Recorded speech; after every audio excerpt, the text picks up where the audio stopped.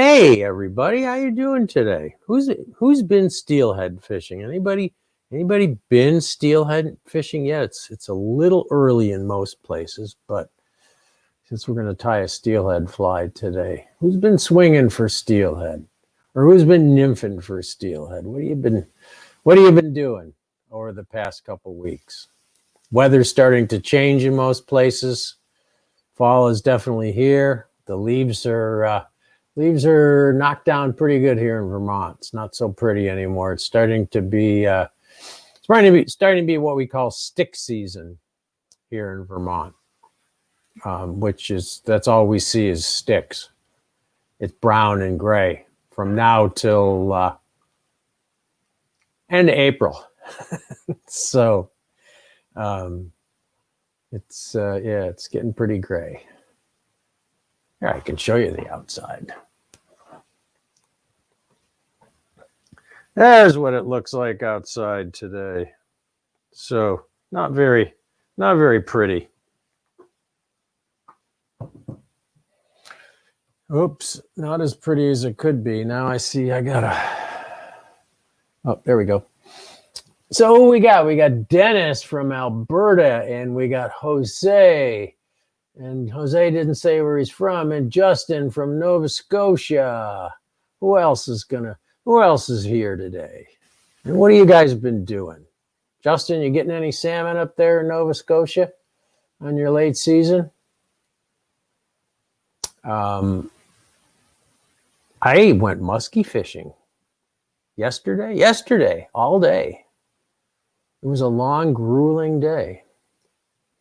And I think I'm cured of muskie fishing for quite a while. I think I made more than 1,000 casts, fished about 10 hours, floated a long stretch of river, never saw a muskie chase my fly. Pete Kutzer got a small one. Sean Combs and I got skunked. Sean had a couple chases fly.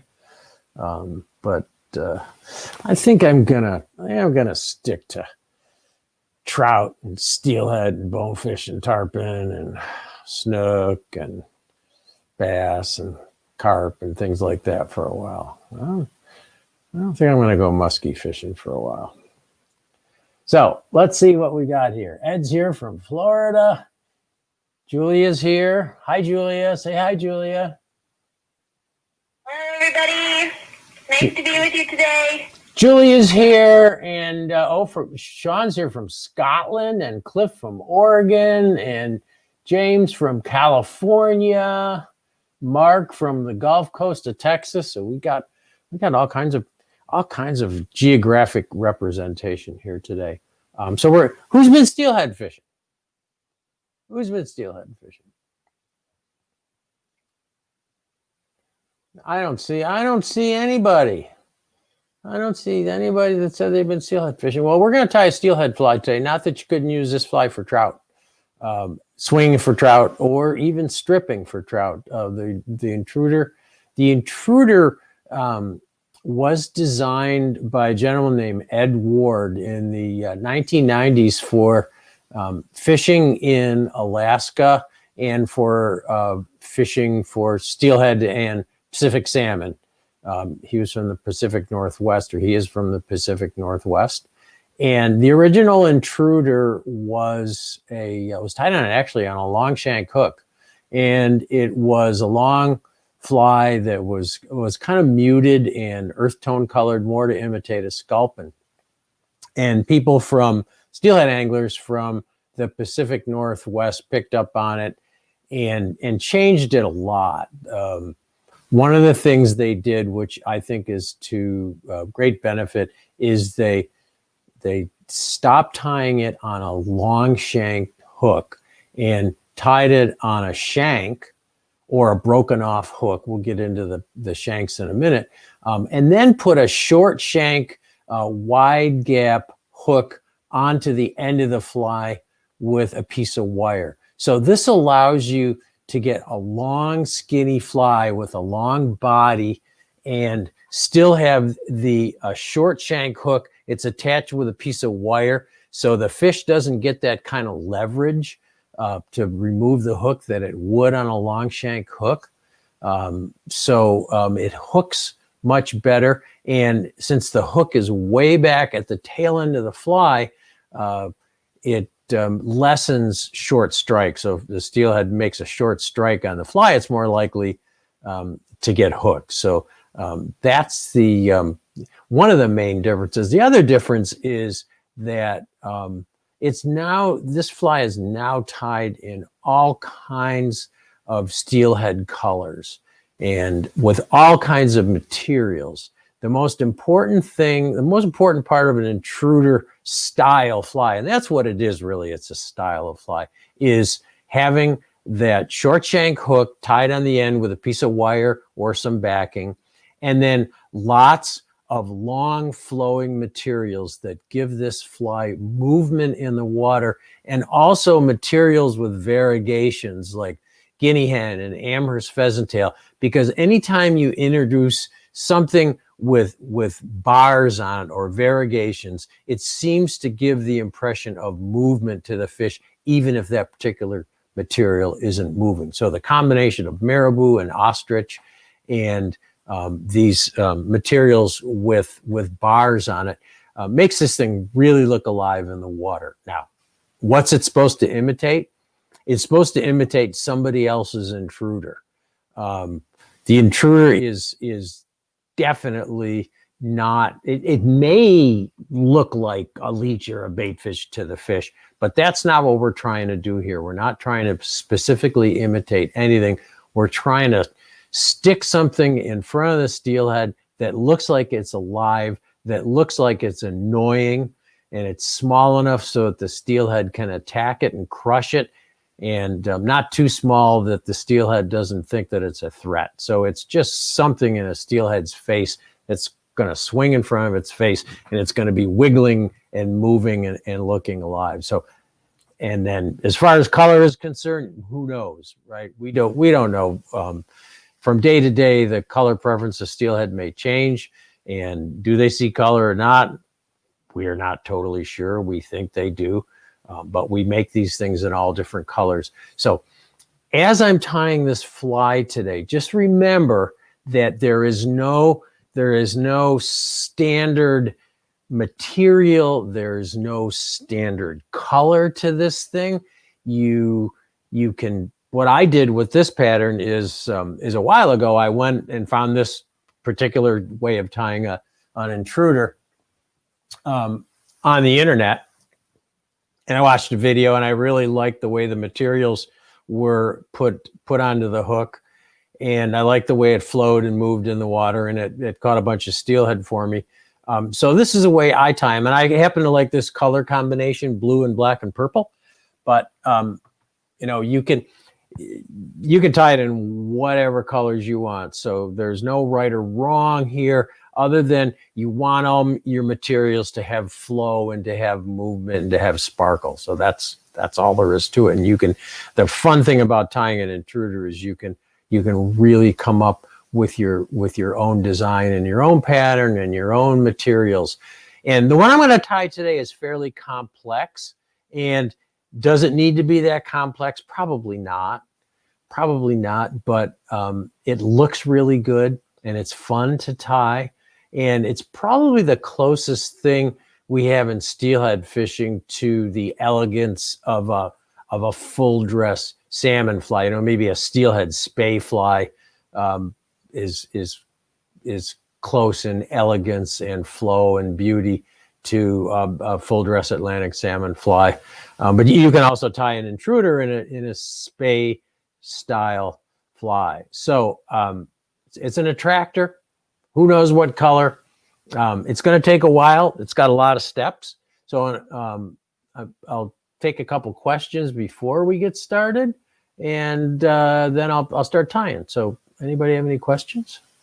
Julia, anything? I see a lot of people from... Yeah, I actually don't see any questions yet. I see a lot of comments about people's own experience. Yeah. But there haven't been any that have come through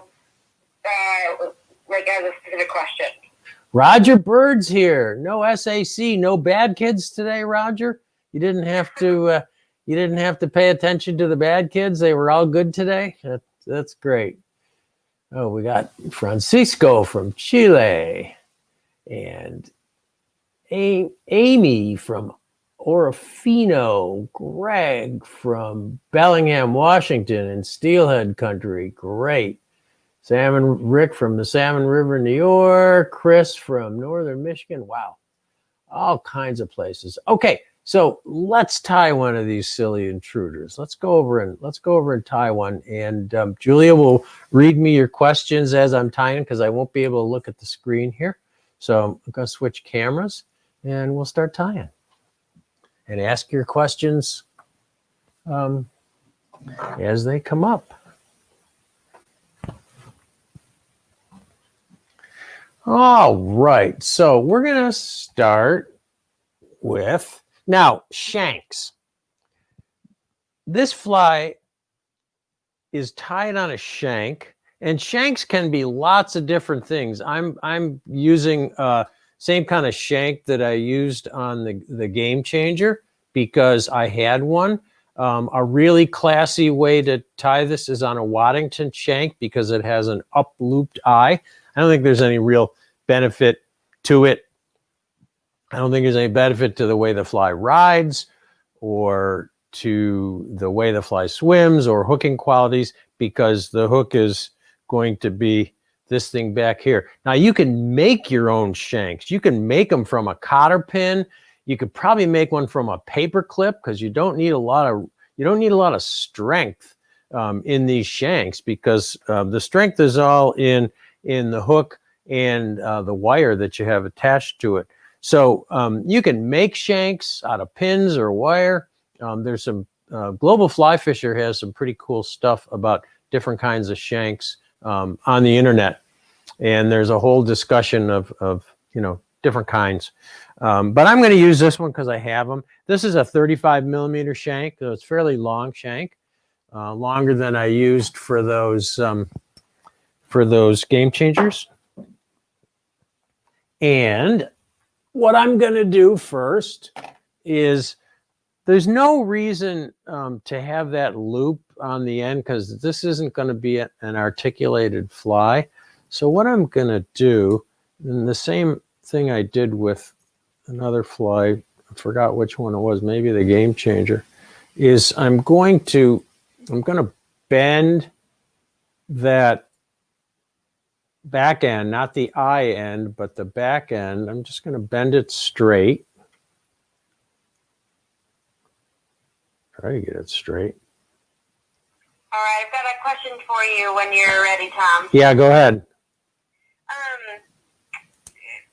I'm guessing, and if you don't feel like this pertains, we can move on. But Greg's asking, what are your thoughts regarding like the mixing of synthetic materials other than flash with natural materials? Oh, I think it's wonderful. I don't,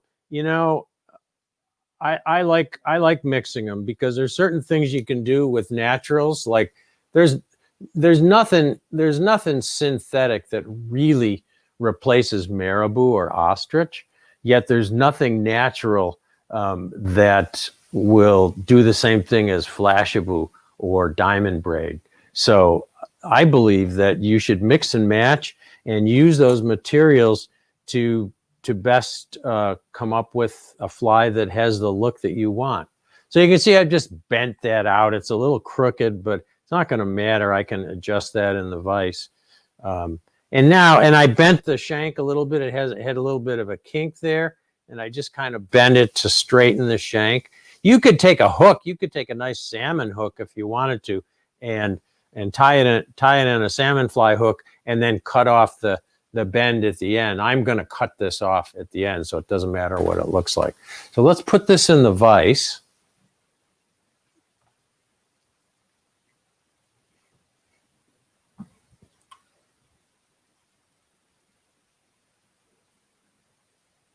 And now I can bend it straight. Actually, I'm going to bend that down more. There. So I can get that thing to stick up like that. There. So there's my shank in the vise. Straighten it out a little bit.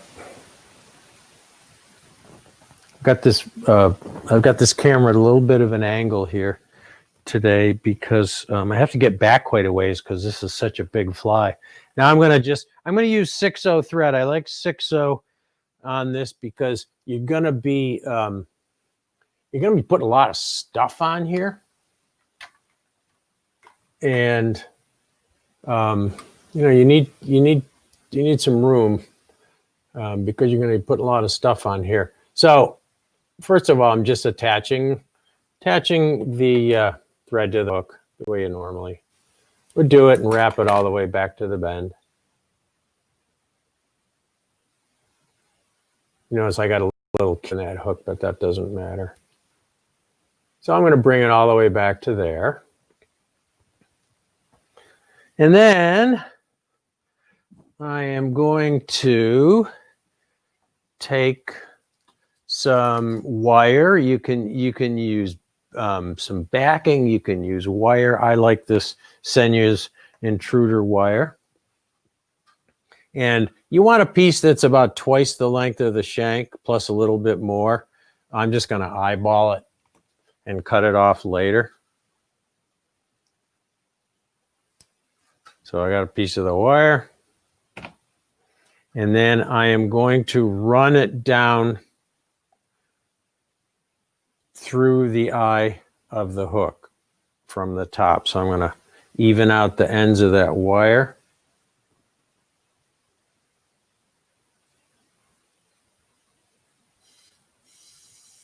And then I'm going to pass it down through the eye. I can see from here. I may have to bring it up to my eyes to see it. Okay, so I've got it threaded through the hook, and then I am just going to loop that wire around the bend, just pass it around the bend, and then pull it so that now I've got a straight pull through the eye. And then there is no right or wrong way to put the hook on. Some people have it hook up. Some people have it hooked down. I don't think there's really it doesn't seem to be that much of a difference in hooking success. But since I'm going to put I put lead eyes on my Intruder, I'm going to tie it hook up so that it's less likely to snag on the bottom. So I'm going to make it fairly short. You can make this longer. If you make it really long, you could actually back that hook off and exchange it with another hook, which is a smart way to do it, but I don't like it that long. So I make it shorter, and this is going to prevent me from replacing that hook later, but I just have to live with it. And then I'm going to just try to keep that wire on top of the hook. And I am going to carefully, or not so carefully, wind all the way down the shank. Nice and tight. I'm going to cut it off about here. Some people go through the eye of the hook and they bend it back and all that stuff, but this is never coming out. That hook is going to break before that comes out of there. And you could put a little glue on the shank, but I don't really think you need to. I think that's gonna hold it just fine. All right. So got our hook on there.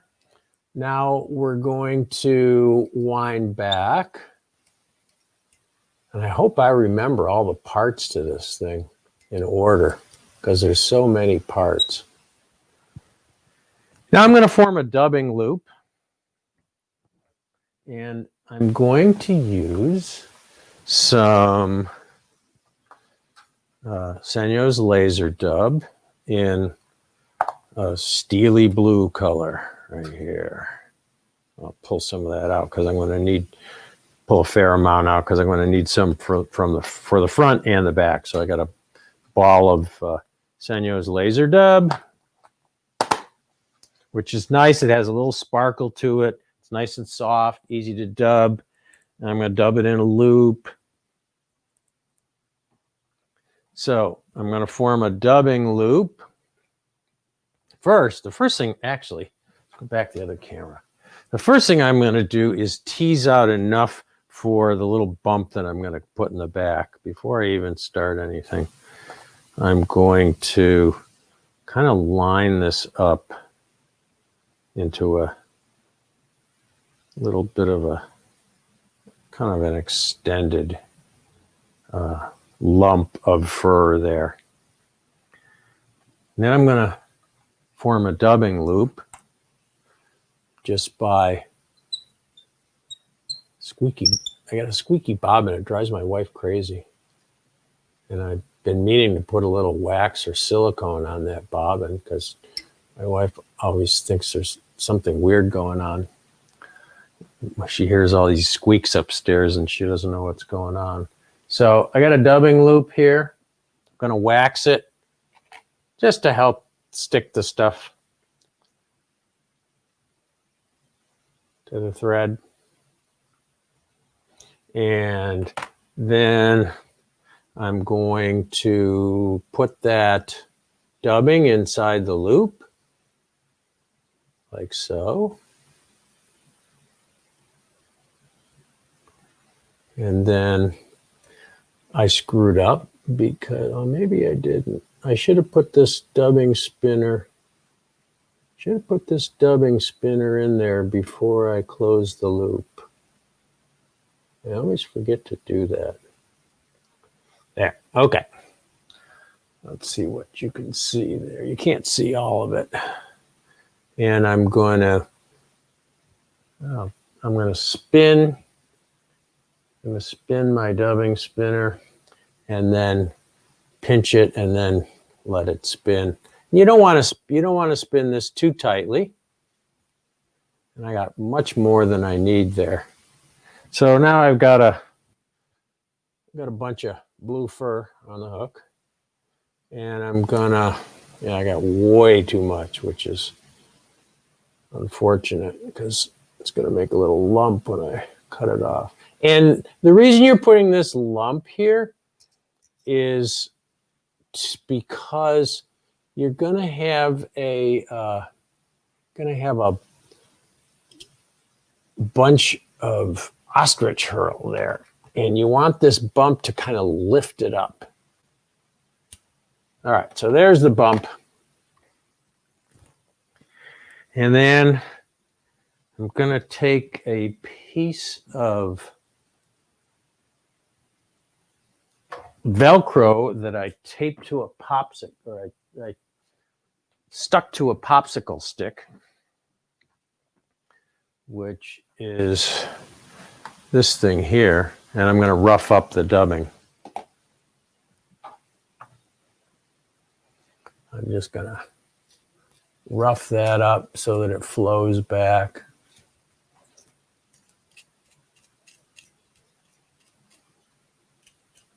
It kind of gives you a little movement in there, a little sparkle.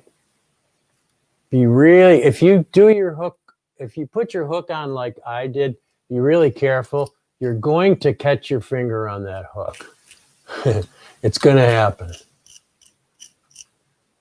It's going to happen. Okay. And now I'm going to take some ostrich hurl. And I don't have great ostrich hurl.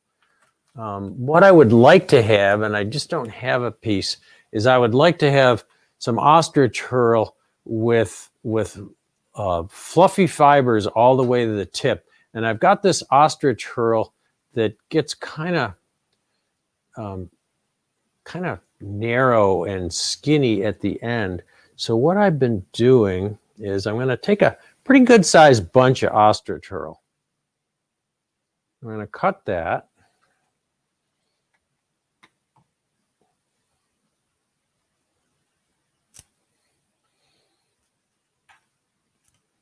And then I'm going to come out to the end where it starts to get skinny. where there's just not much there, and I'm going to break it with my finger. Just break it. That gives you a little bit more natural looking ends. Still, it gives you that fluffy look, and gives you more of a natural taper than if you cut them with a pair of scissors. So I'll show it to you a little bit close up here. So, you know, you can see it looks a little bit better, a little bit more natural. And then I'm going to tie this blue ostrich hurl. Again, this could be any color you want, so that it extends a little bit past the hook. And just tie it in a couple turns to start. Whoops. We'll start that again. Ouch. Yeah, I warned you. I just stuck myself. I'm at kind of a funny angle here. Not where I'd know. Tom, we have a quick question. Yeah. David asking if this could be done as a tube fly. Yeah, it could be done as a tube fly, and I often do them as tube flies. Absolutely, yeah. Yep, tube fly is great. I tie fair amount of intruders with a tube. And I'm just going to go forward with this ostrich hurl, just so I don't get a big lump back there.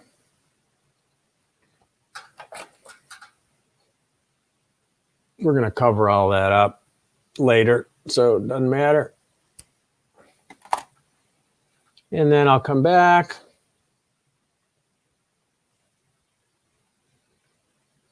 Right up against there. And then I'm going to take a guinea fowl, a blue dyed guinea fowl hackle.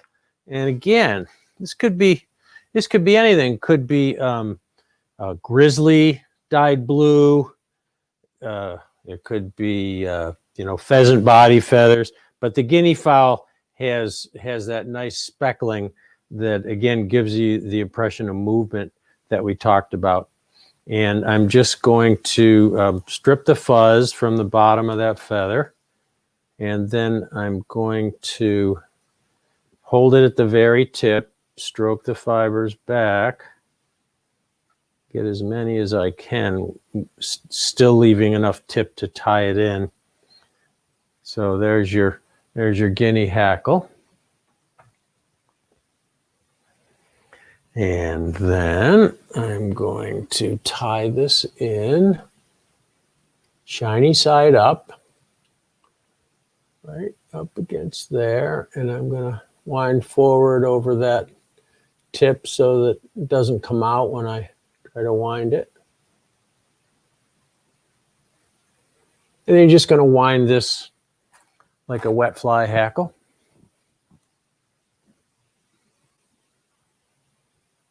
I'm going to fold it back and wind it. I'm going to wet it a little bit.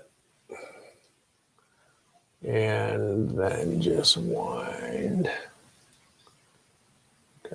Try to trap all those fibers so they're pointing backward. This is tricky because of that. You can see me getting caught on that sharp hook there.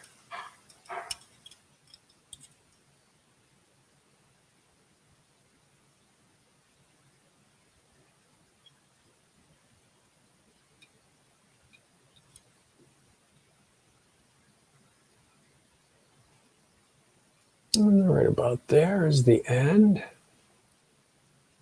So you can see, you already got a lot of stuff going on and you've only finished the tail. Make sure that stuff is, ouch, distributed around there. And then the next thing we're going to do is we're going to find a nice skinny saddle hackle. And this is gonna be palmered across the whole body. So what I'm gonna do is strip the fuzz from the base of that and cut it, because I don't need all that length. It makes it difficult to wind. And then I'm gonna come up to the tip of the feather and just stroke those fibers down. Same way I did with the guinea, so that I have something to tie in. I have that tip that I can tie in.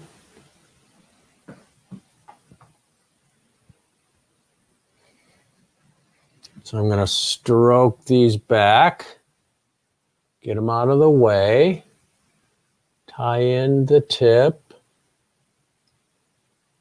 and I might go pretty far forward with that. Make sure it doesn't come out because I'm going to do a bunch of steps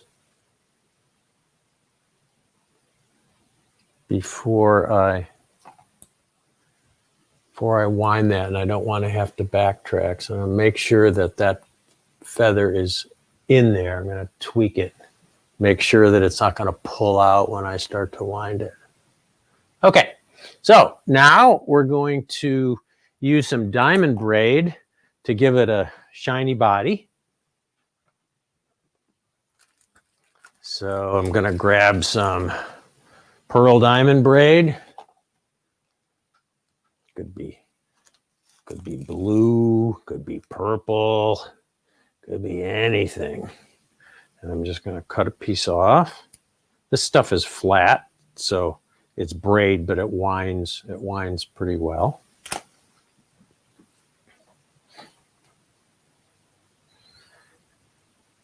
And I'm going to wind back on this.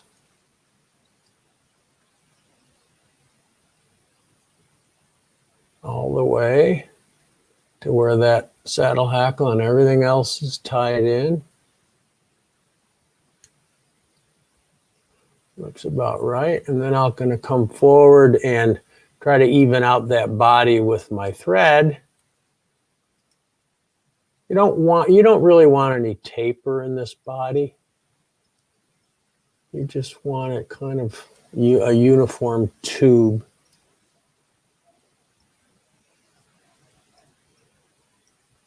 And the diamond braid can hide a lot of mistakes. It's not as hard as winding flat tinsel. And I'm going to go, about halfway to the eye on this, because I'm going to have, there's a second body that's dubbed laser dub. So I'm going to just put some real pressure on this body to flatten it out on this stuff, and just wind it forward in overlapping turns, just barely touching each other. To about there. Tie that off.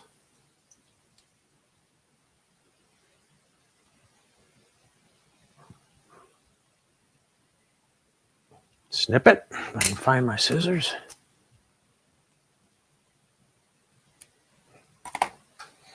And now I am going to, first I'm going to cover that up a little bit there.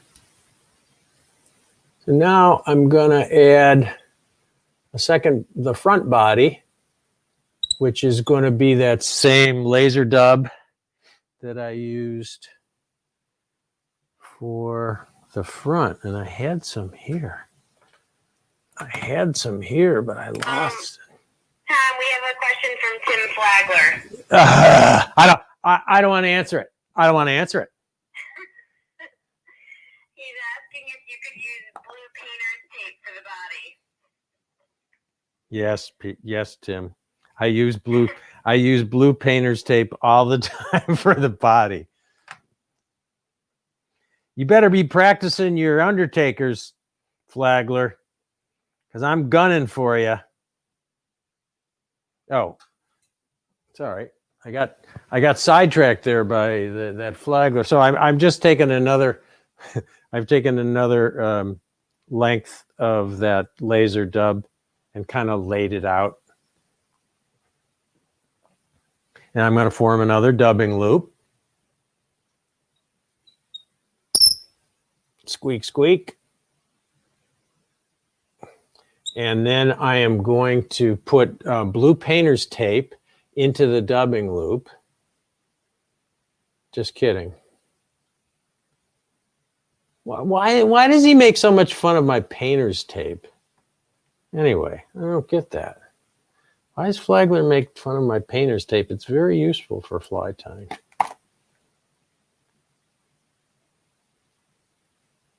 And now I've hooked I was smart, and I hooked my dubbing spinner on there first. And then I'm just going to enter this dubbing into the loop, get it in there in the middle, and then give it a spin.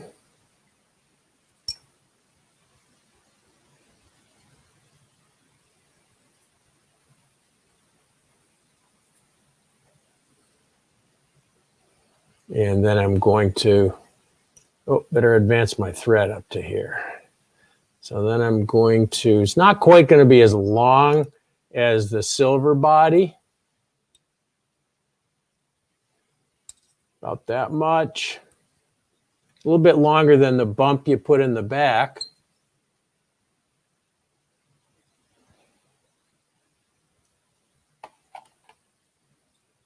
Tie that off. And then I'm going to brush that, before I wind my hackle through it, I'm going to brush that dubbing back a little bit, because everything in focus there. Yeah. Because if I don't, I can't do this once I've wound the hackle through there. Tom, can you switch the camera, please? Oh, God. I am so sorry. And I'm actually headed out. So bye, people. Phil's taking over from here. Say bye to Julia, people. So I'm just stroking that back to get it to flow back there. And if any of the fibers are too long, you can pluck them out.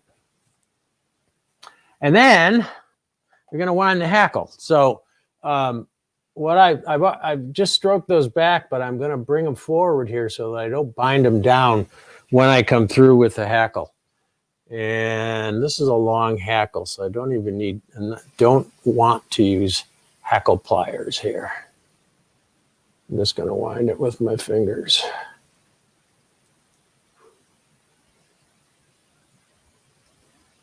This is a twisty hackle. Sometimes you have to work with them to get them to go right.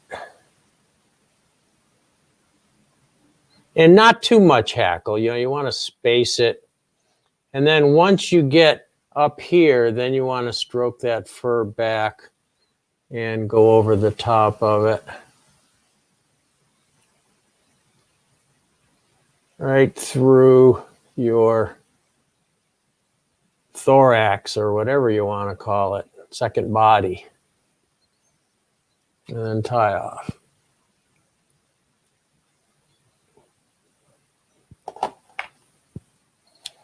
So we're going to wait for Phil to call me with questions. So if you have any questions, I can't see them right now. And I'm just going to go forward a little bit and form a little base there. Okay. Now I'm going to put some deer hair on there.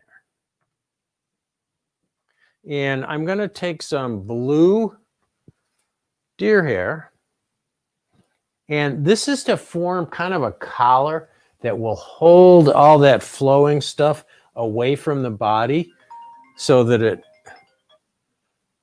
Oh, call me again, Phil. I pressed the wrong button. I'm going to... Sorry, Phil. I hung up. I'm sorry, Phil. I hung up on you. Phil, turn your computer off. How are you? Good. How are you? Good. So I'm going to get a fairly small amount of this blue deer hair. Smaller than that. And I'm going to clean. I'm not going to stack this. I want this kind of uneven. So I'm just going to pull the long hairs from there. And then I'm going to pull the short hairs out of the bottom.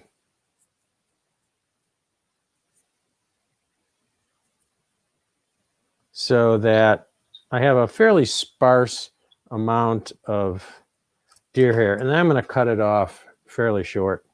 just to make it easier to trim. So we're going to bring that deer hair over to your fly and start on the kind of the near side. Take a couple turns and then distribute it a little bit all the way over the top with your fingernail, and then reef down on it. So this stuff is just going to help keep that material away from the fly, give it a little bit of more flow. And then I'm going to turn the fly upside down, and I'm going to do the same thing. I'm going to grab another sparse bunch of deer hair. Man, am I making a mess here today? Wow. And I'm going to remove the long hairs, the really long, super long hairs that kind of out of whack. And then I'm going to get rid of all the shorter hairs. But again, I'm not going to stack this deer hair because I want it to kind of have a natural taper. Cut that. And now I'm on the bottom, and I'm going to do the same thing to cover the rest of the hook.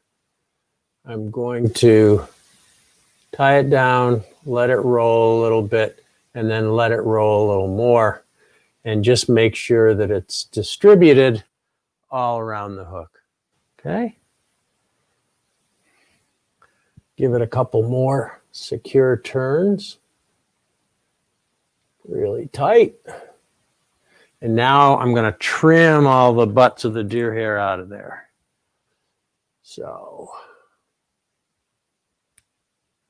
I'll probably cut my thread. Flagler's watching. I'll probably cut my thread. Then he'll laugh. As long as I don't cut it next week.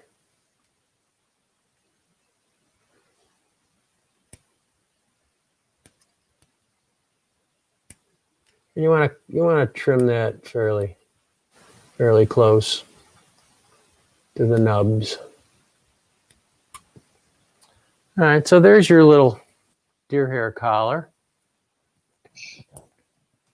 And then I'm gonna just kind of wind forward. You don't want to create a big jump here between these two areas. So you want to keep kind of making sure that you try to keep that a little bit more uniform between here and the eye.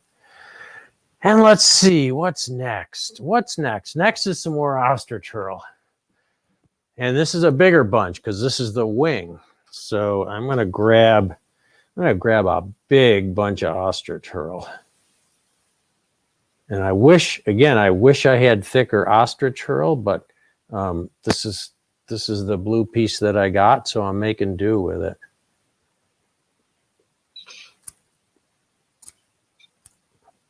You got to make do sometimes. And then I'm going to, get rid of those long tips, those kind of thin, scraggly tips by just breaking this off.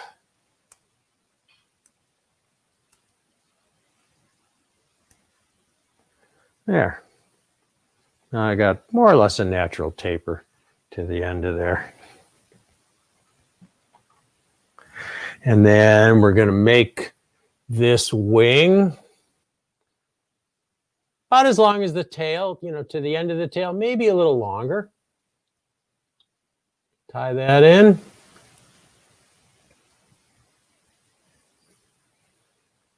Like so.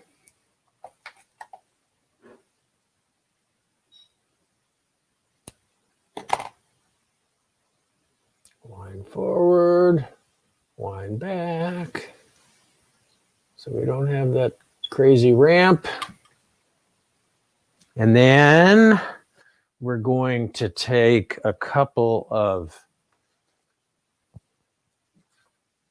blue grizzly saddle hackles. Long skinny ones. Not terribly long and skinny, but I like these, in this particular cape, I like these ones that come out of the center. I think they're about right. And I got 2 pretty blue grizzly hackles. And I'm going to tie one on each side. I'm going to tie one here, just right up against the ostrich.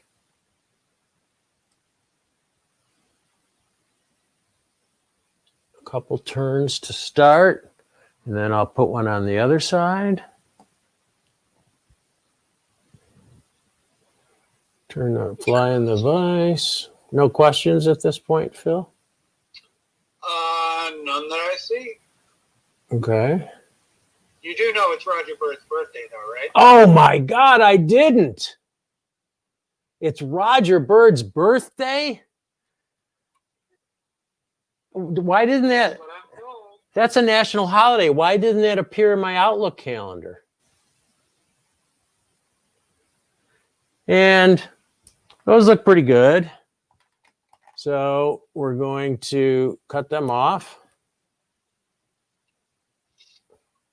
Happy birthday, Roger Bird.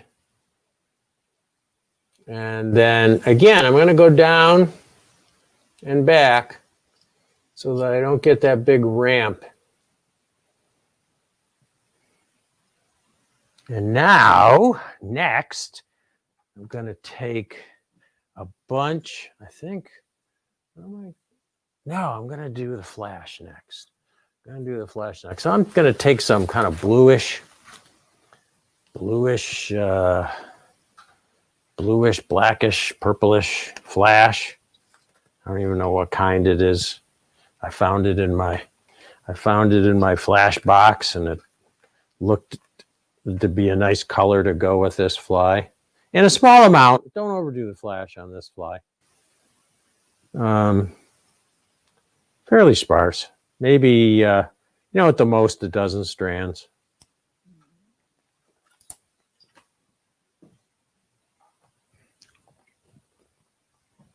And I'm not going to fold this flash. I'm just going to tie it right in on top.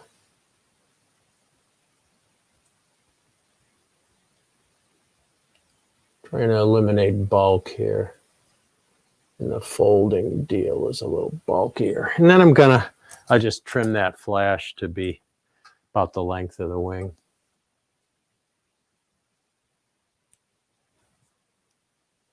Yeah, it might be a little long, but that's okay.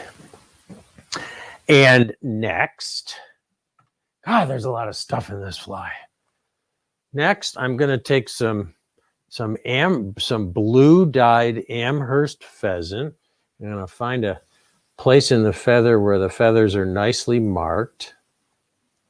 And I'm going to pull off, I don't know, maybe 8 to 10 of them. We're just going to trim them off. And then this is one of my favorite parts. I think these things are so subtle, but they really look cool. One at a time, I'm going to take a strand of this and I'm going to just tie them in so that they envelop the hook. Maybe a little shorter than the wing. So I'm going to take 2 turns with this one piece. And then I'm going to take another one and just kind of peel it off the bunch.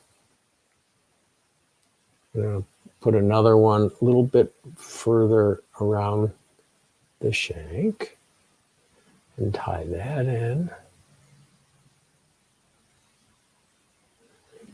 And then I'm going to rotate and I'm just going to keep going around.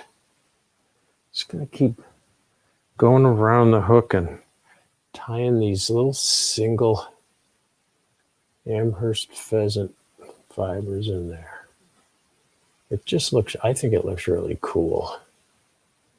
I really like the way it looks, and it's such a subtle addition to the fly.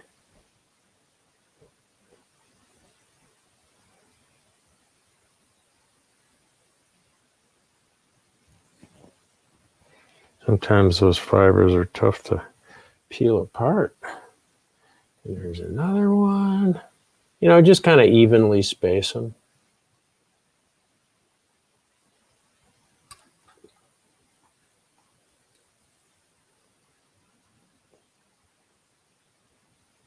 So it's like a collar, but you're tying it in one at a time. Kind of fiddly. But if I wanted to tie a quick steelhead fly, I wouldn't be tying this one.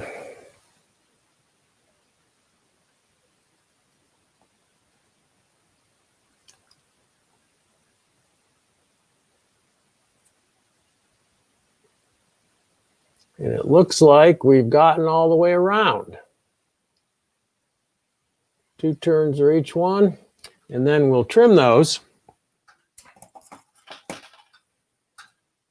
So you can see they just add a little bit of a subtle speckling to the fly.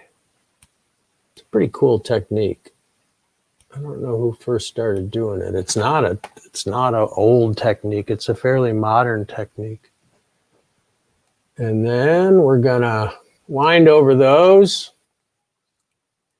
And now we're gonna tie in a Marabou hackle, which is not easy, not always easy. And the best hackle for this this kind of fly are short marabou plumes that they call spay plumes. If you try to use a lot of modern marabou, or not modern, but the standard marabou that you get, the fibers are too long and they don't really work that well for hackling. So these spay plumes are really good for. You can see they're nice and uniform. They're nice and uniform, and they're short. They look really nice. So what I'm going to do is, first I'm going to stroke them back and give myself a little tie-in point, which I'm going to trim either side of the.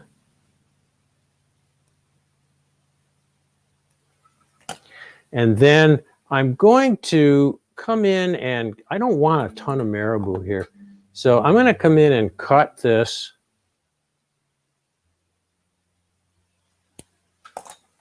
And I can use the rest of that feather somewhere else. And then I'm going to strip a few off here. You don't want a ton of marabou. You want a fairly short piece. And you could even strip all the fibers from one side if you wanted to. You know, as you're looking this way, if you strip all these fibers, as you're looking down, then you're going to get a sparser look. But I think this will work. So I'm going to take that tip and tie it in. Hey, Tom? Yeah. Nicholas wants to know, why not do a composite dubbing loop a la Jerry French? Well, why not? Good question. Like I said earlier, there are a million ways to tie an intruder. And I think that's a brilliant idea, tying a composite loop.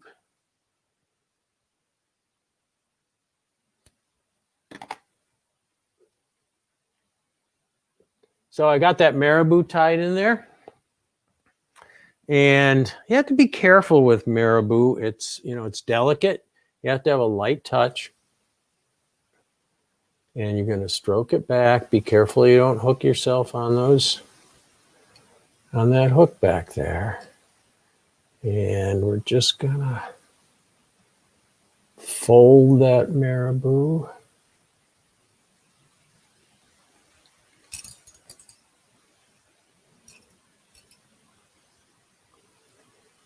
And Never all goes where you want it, but that looks close enough.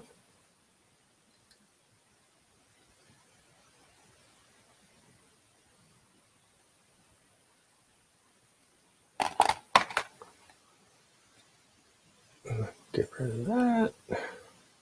Get rid of that. And then wind back a little bit on there. So pretty sparse. Pretty sparse, but just, again, it adds some color and it adds some movement to the fly.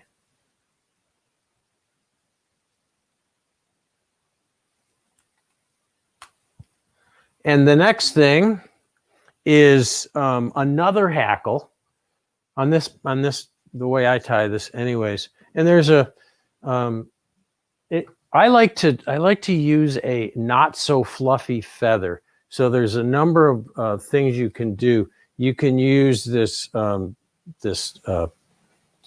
call it raptor plume. I think it's rhea.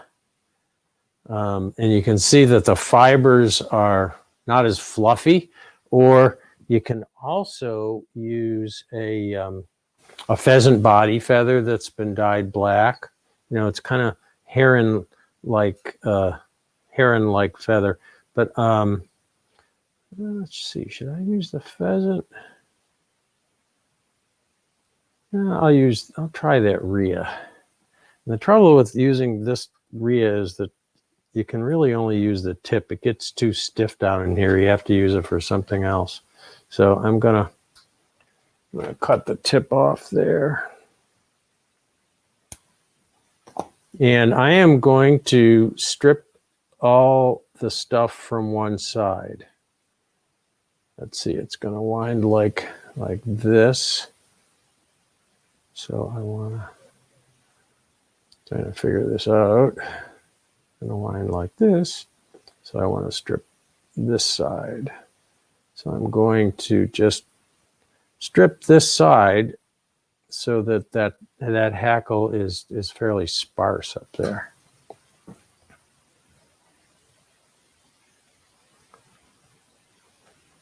I'm also going to kind of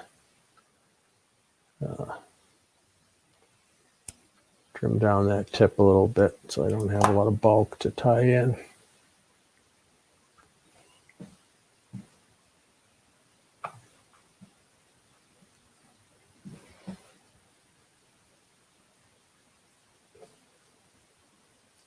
And I'm going to tie that in right in front of the Marabou.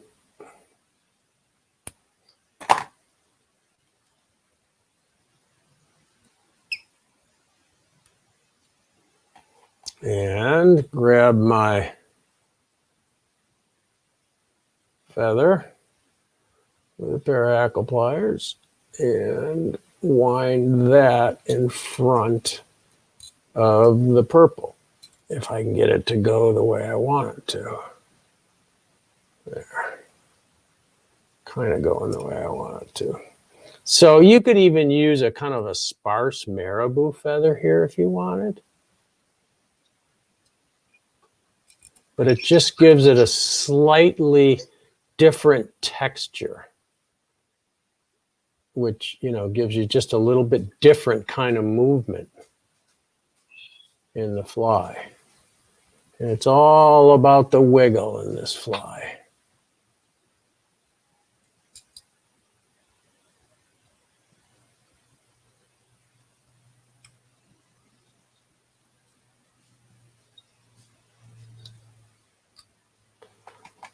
And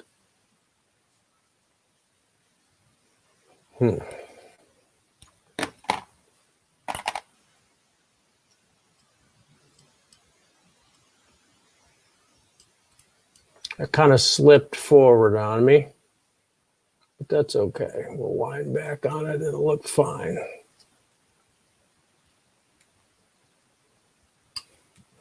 So as you can see, everything about this fly is about wiggle and movement and pulsation and action. And the only thing left at this point, after you make sure that you got your head nice and secure on there, is to tie in, and you don't have to do this, but I like lead eyes on my intruders, or metal eyes. So I'm going to turn it upside down. Ooh, I see I got a problem there.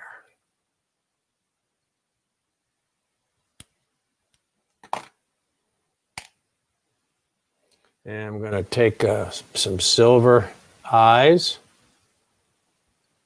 and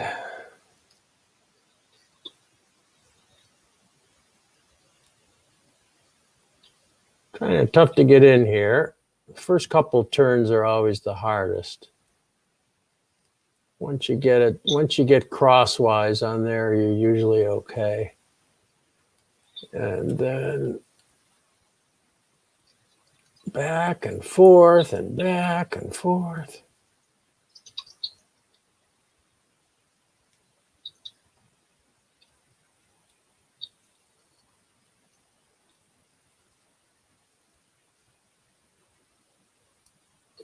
Don't be afraid to use a bunch of really tight turns of thread on these eyes so that it doesn't, and then you want to go around the base of the eyes, around 360 degrees around the base until it doesn't wiggle. Don't rely on glue. Don't rely on glue to hold your eyes in place. And that's an intruder, at least intruder the way I sometimes tie them. And then you whip finish behind the eyes.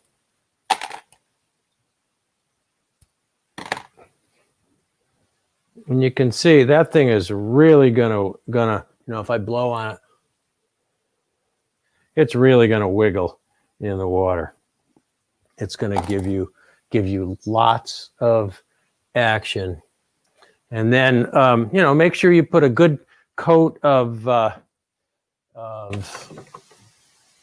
deep penetrating head cement on there, or the epoxy of your choice.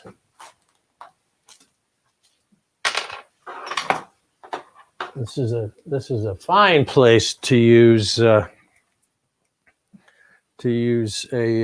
UV cure epoxy. Don't be afraid to. Actually, I'm not using deep penetrating.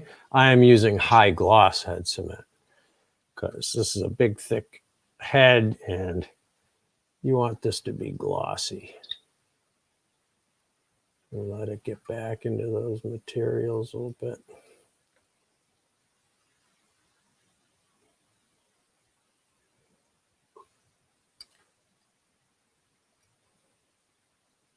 And that is, and don't get any glue in the eye.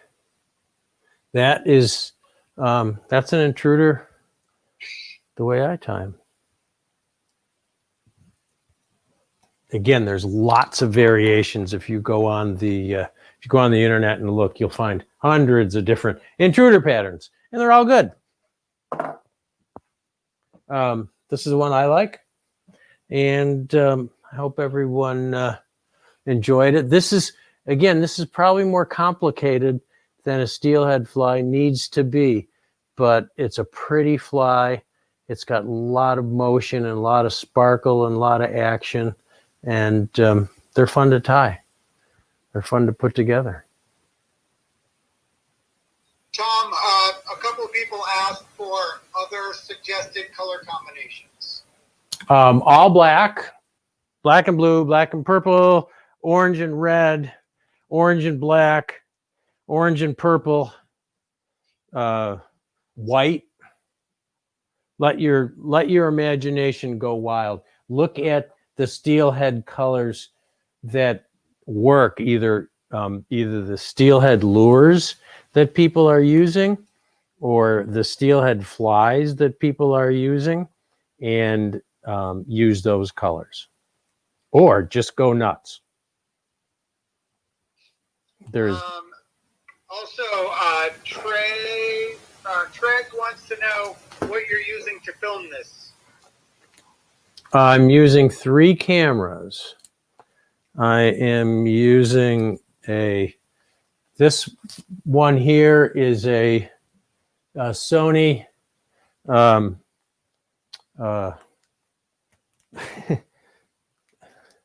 Sony A7R Mark IV. The material, this camera is a Sony A99, I think. It's the full size DSLR, and then the camera that shows me at the beginning is a RX100 Mark IV. This one.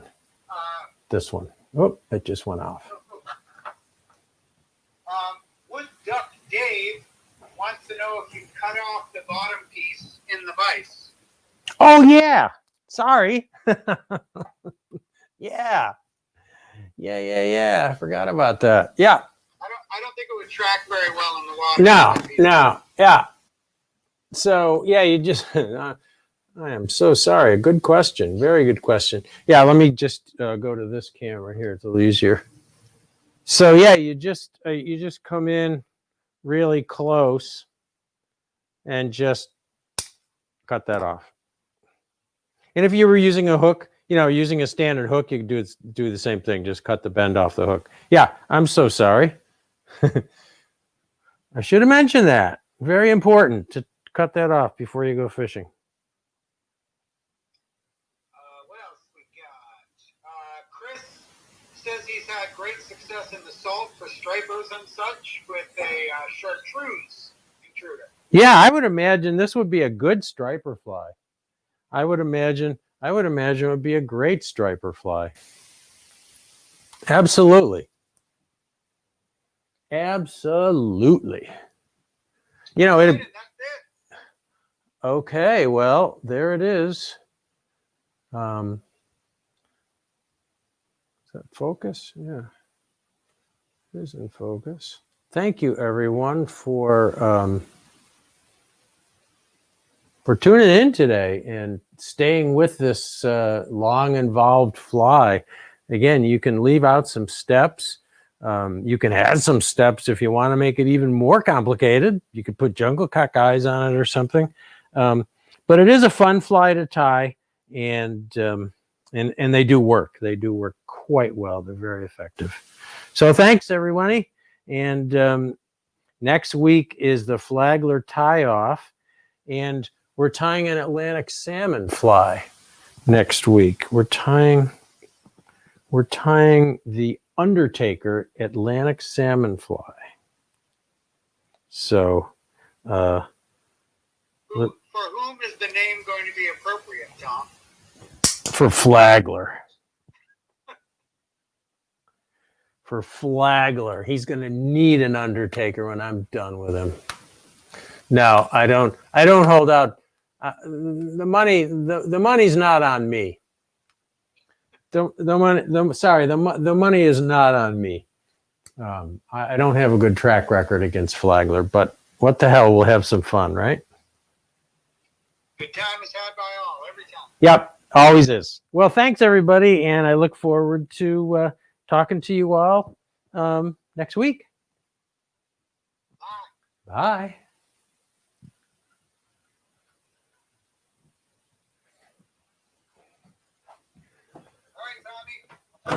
How did we do on? Did you end it?